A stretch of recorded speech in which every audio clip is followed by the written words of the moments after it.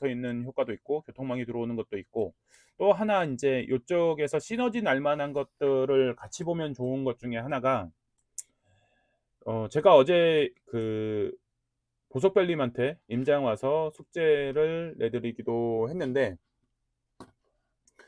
우리 백업 부자님도 마찬가지로 하면은 이제 좋을 것 같은데, 숙제를 한번 내드리겠습니다.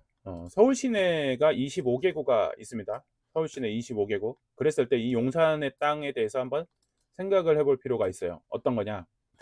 자산 가치가 좋겠냐? 그리고 상품 가치가 좋으냐? 이런 지역이 있고요. 자산 가치가 높으면서 상품 가치가 높은 지역이 있고, 자산 가치는 높은데 상품 가치가 떨어지는 지역이 있을 겁니다. 상품 가치가 떨어지는 지역.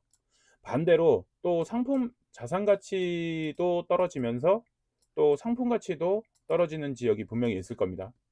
그리고 자산 가치는 낮은데 상품 가치가 높은 지역이 있을 겁니다. 상품 가치가 높다는 얘기는 대표적으로 지금 같은 상황에서는 신축을 얘기를 하겠죠. 신축이 상품 가치가 상당히 높죠. 뭐 매매든 전세든 모두 다 선호하는 상품 가치가 높은 곳, 이렇게 된다라고 했었을 때, 우리 오빠 있는 곳, 예, 우리 오빠 있죠. 그랬을 때 용산이 어떤 지역인가? 확실히 자산 가치는 높은 곳이라고 용산을 얘기할 수 있고, 그렇다고 상품 가치가 지금 현재 높은 지역이냐라고 했을 때는 상품 가치가 둘 다 높은 곳이라고 할 수가 없는 곳이 용산이죠. 그죠? 그럼 자산 가치도 높고 상품 가치도 높은 곳은 또 어디가 있을까? 그러면은 당연히 땅값이 계속 상승할 가치가 있고, 신축이 들어와서 신축에 대한 수요도 상당히 높고 라고 생각을 했었을 때, 지금 여기 당장 여기에 적합한 곳은 어디겠어요? 서초가 지금 여기에 들겠죠. 지금 완성이 다 안 됐지만은 완성된 신축 아파트들도 많고, 이쪽에 대한 선호도도 높고, 신축으로 될 만한 아파트들이 계속 연일 시점을 기다리면서 나오죠. 그건 서초가 될 것이고, 그리고 자산 가치는 도 없고 상품 가치도 없고 하는 지역도 분명히 있을 겁니다. 지금 여기서 뭐 어느 구가 그렇다라고 얘기하면은 좀 그러니까, 이렇게 해서 25개구를 정리를 해본다라고 한다 그러면 확실히 다르겠죠.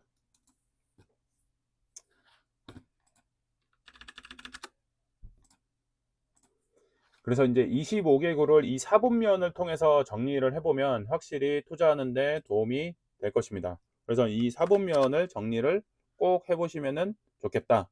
그렇게 되면은 보이는 게 확실히 달라질 거니까.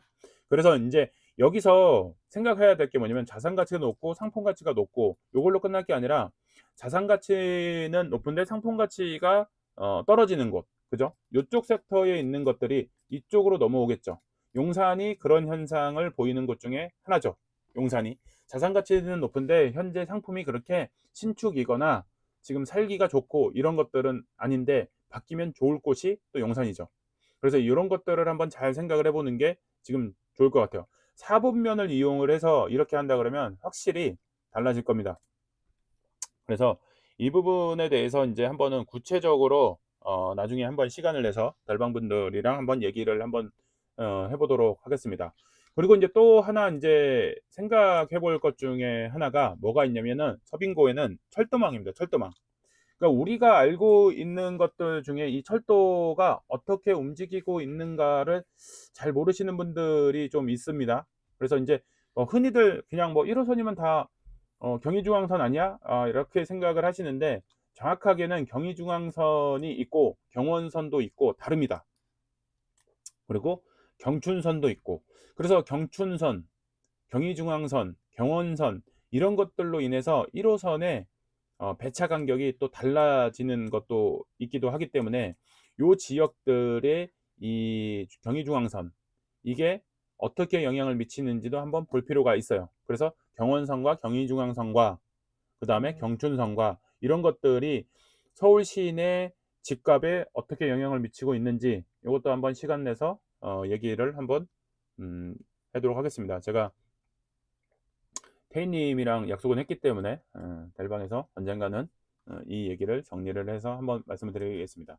한번 이제 간략하게 하나 말씀을 드리면 여기 인제 이렇게 해서 이제 올라오죠, 경의중앙선이.